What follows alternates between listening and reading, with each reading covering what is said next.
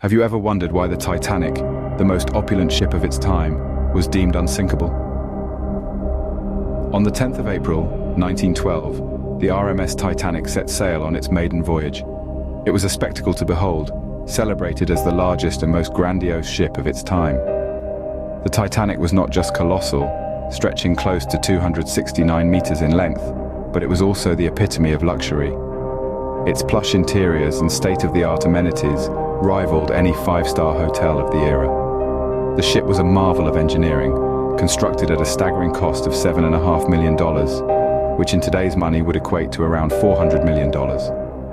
With its stained glass windows, opulent wood paneling, grand staircases, a heated swimming pool, Turkish and electric baths, a gymnasium, a squash court, multiple fine dining establishments, and even a library, the Titanic was indeed a floating palace.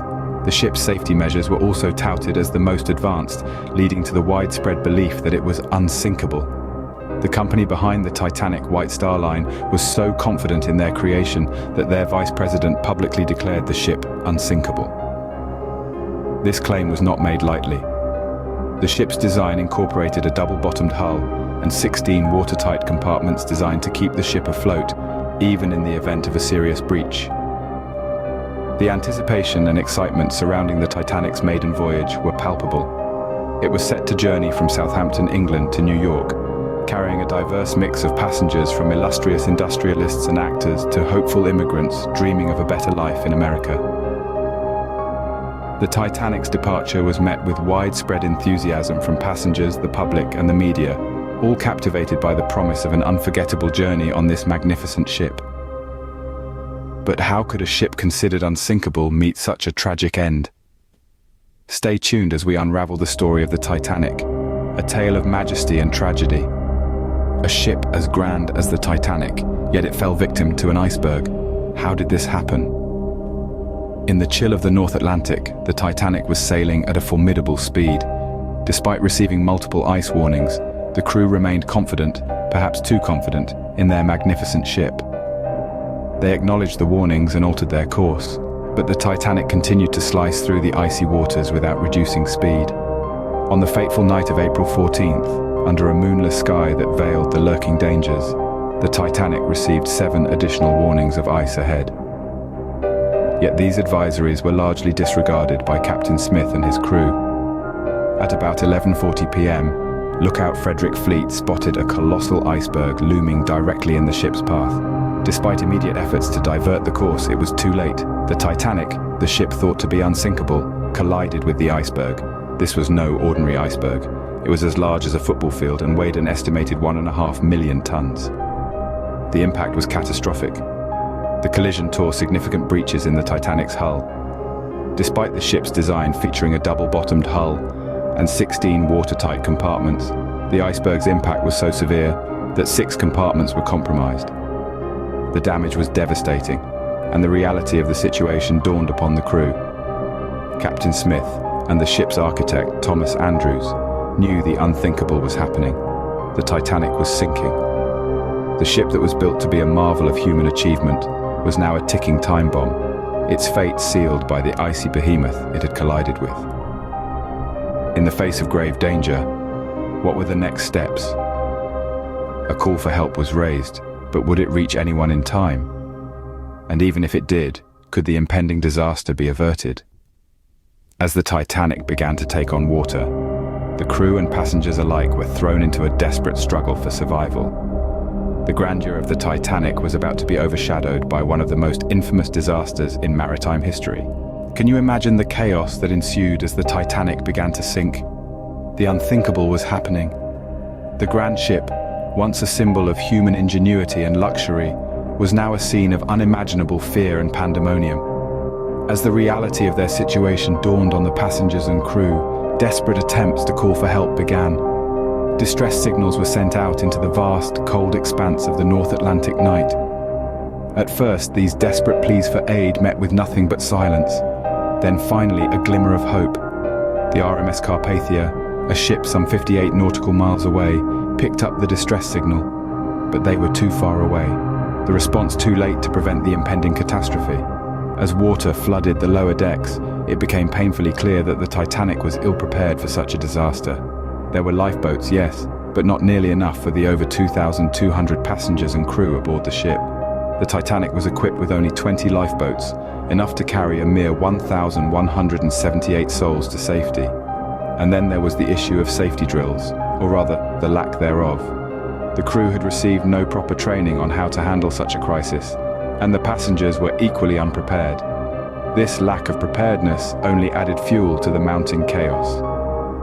As the ship began to sink, the women and children first evacuation policy was enforced. Lifeboats were launched, some barely half full, while others were overcrowded. Panic set in as the remaining people on board realized there were not enough lifeboats left. Eyewitnesses reported the unthinkable. The ship, once a beacon of man's triumph over nature, was breaking in half. The stern rose high into the air before it too began to sink into the icy depths. People were jumping off the decks into the freezing waters, their screams echoing in the night. In those final harrowing moments, over 1,500 lives were lost to the icy depths of the Atlantic. The majestic Titanic, the unsinkable ship, was no more. With the sinking of the Titanic, more than 1,500 lives were tragically lost. What impact did the sinking of the Titanic have on maritime safety? The Titanic's sinking sent shockwaves around the world, prompting a global reassessment of maritime safety standards. The disaster was met with widespread criticism and outrage. The public demanded answers, and the subsequent inquiries revealed a series of shortcomings: insufficient lifeboats, a lack of safety drills, and the ship's speed despite ice warnings. The most shocking revelation, however, was the nearby SS Californian's failure to respond to the Titanic's distress signals, a tragedy within a tragedy that underscored the need for better communication and response systems at sea. In the wake of these revelations, the maritime industry underwent a significant transformation. The disaster served as a catalyst for the introduction of new safety regulations that reshaped the future of sea travel. The first International Convention for the Safety of Life at Sea, held the following year, led to the adoption of several measures designed to prevent such a disaster from happening again. One of the most notable outcomes was the establishment of the International Ice Patrol. Tasked with monitoring iceberg danger in the North Atlantic Ocean and providing iceberg warnings to ships, the Ice Patrol helped ensure that the Titanic disaster would not be repeated. Another significant change was the new standards for lifeboat availability. It was mandated that ships must have enough lifeboats for all passengers, a rule inspired by the tragic fact that the Titanic carried lifeboats for just over half of its passengers. The Titanic disaster also led to the universal adoption of the Morse code distress signal SOS, replacing the previously used CQD. This change aimed to streamline and improve emergency communication at sea. In many ways, the Titanic's legacy is a story of transformation. The sinking of this unsinkable ship led to a paradigm shift in maritime safety and a re-evaluation of the human relationship with the sea. It was a tragic event, but it also served as a wake-up call, leading to changes that undoubtedly saved countless lives in the years to come. The Titanic disaster, a tragic event that forever changed maritime safety. What remains of the Titanic today, and what of the ambitious project to recreate it? Over 7 decades after its tragic sinking, the wreckage of the Titanic was discovered on September 1st, 1985. Resting at a depth of about 2.5 miles beneath the North Atlantic Ocean, the ship's remains serve as a chilling monument to the lives lost and the hubris of human ambition. The wreckage was found by a joint French-American expedition led by Dr. Robert Ballard and Jean-Louis Michel. They used innovative underwater technology to locate the ship's remains, which were scattered over a large debris field. The bow and the stern, separated by approximately 600 meters, lay in a state of progressive decay, a haunting testament to the magnitude of the disaster. The discovery of the wreckage spurred a resurgence of interest in the Titanic's story. Artifacts retrieved from the site have been exhibited in museums worldwide, allowing us to piece together the ship's final hours and honoring the memory of those who perished. In the wake of this renewed fascination, Australian billionaire Clive Palmer announced an audacious project in 2012, the construction of Titanic II. Palmer's vision was to create a near-exact replica of the original ship, replicating its luxury and grandeur while incorporating modern safety and navigation technology. The project was met with a mix of skepticism and anticipation, with many curious to see if the Titanic could indeed be resurrected. However, the Titanic II project has been fraught with delays and controversies. Originally scheduled for its maiden voyage in 2016, the project was postponed due to financial disputes and safety concerns. As of today, the future of Titanic II remains uncertain, a testament to the challenges of recreating an icon of the past. The Titanic story continues to captivate us, a symbol of human ambition and the power of nature. Whether in the form of a decaying wreckage at the bottom of the ocean or the dream of a modern-day replica, the Titanic's legacy endures, reminding us of our past and inviting us to ponder our future. Thank you for joining us on this remarkable journey through history. As we've delved into the story of the Titanic, from its conception to its tragic demise, its rediscovery, and the ambitious yet uncertain project of Titanic II, we've seen how this ship continues to captivate our imagination and intrigue. It stands as a stark reminder of the power of human ambition, the unforeseen consequences of hubris, and the relentless force of nature. The Titanic's legacy is not only found in the chilling wreckage at the bottom of the North Atlantic or the blueprint of a modern replica.